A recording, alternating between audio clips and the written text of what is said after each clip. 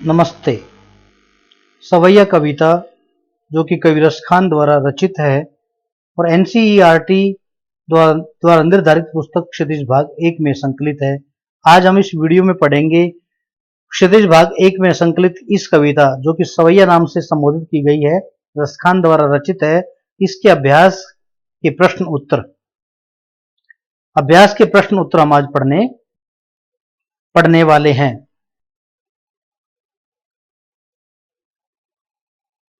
जैसा कि आपको पता है, स्मार्ट इन दी वर्ल्ड मेरा यूट्यूब चैनल है। इसे आप सब्सक्राइब करें, जिन्होंने अभी तक नहीं किया वो सब्सक्राइब जरूर कर लें और बेल आइकन को दबाना न भूलें।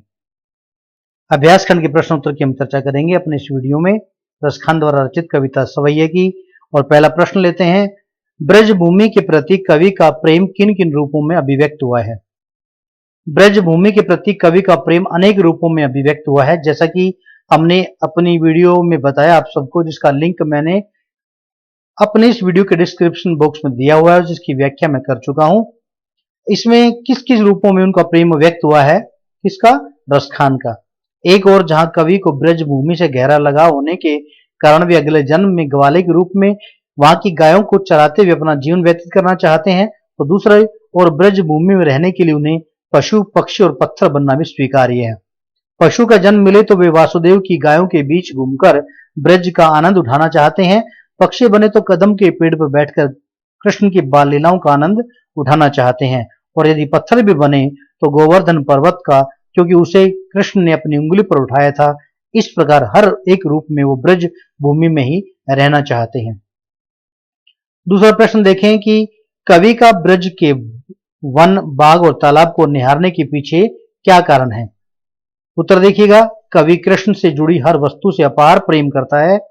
जिस वन, बाग और तालाब में कृष्ण ने अपनी लीला की नाना प्रकार की क्रीड़ाएं की हैं, वे उन्हें कवि निरंतर उन्हें निहारना चाहते हैं, क्योंकि इससे उन्हें सुख की दिव्य अनुभूति होती है। अगला प्रश्न देखें, एक लकुटी और कामरिया पर कवि सब कुछ न्यौछावर करने को क्यों तैयार है? उत्तर देखिए, कवि के लिए सबसे महत्वपूर्ण है कृष्ण, इसलिए कृष्ण की एक एक चीज उसके लिए महत्वपूर्ण और प्यारी है। कृष्ण गायों को चराते समय लकुटी और कामरिया अपने साथ रखते हैं। यह कोई साधारण वस्तुएं न होकर कृष्ण से संबंधित वस्तुएं हैं। यही कारण है कि कृष्ण की लाठी और कंबल के लिए कवि अपना सर्वस्व न्यौछावर करने को तैयार है। चौथा प्रश्न, सखी ने गोपी से कृष्ण का कैसा रूप धारण करने का आग्रह किया था? अपने शब्दों में लिखें। सखी गोपी से कृष्ण का मोहक रूप धारण करने का आग्रह करती है।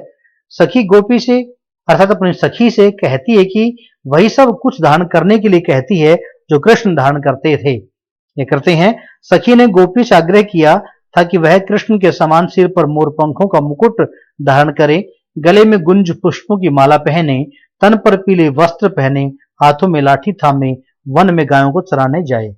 इस प्रकार से एक सखी ने अपनी दूसरी सखी गोपी से सब प्रकार की बातें बताई।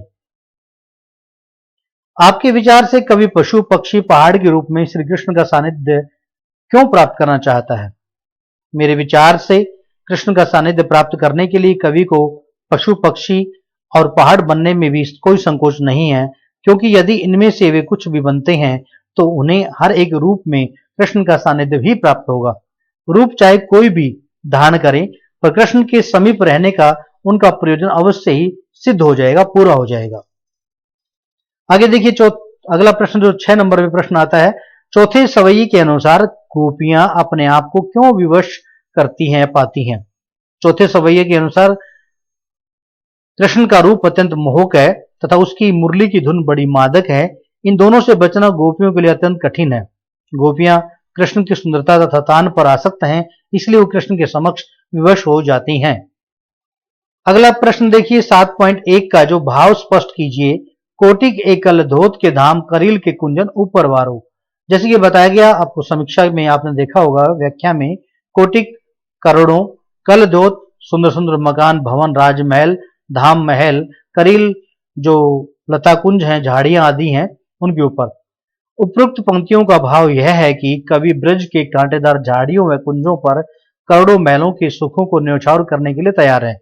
कहने का तात्पर्य यह है कि जो आत्मिक सुख ब्रज की प्राकृतिक छटा में है, वैसा सुख संसार के किसी भी सामाजिक वस्तु में नहीं है।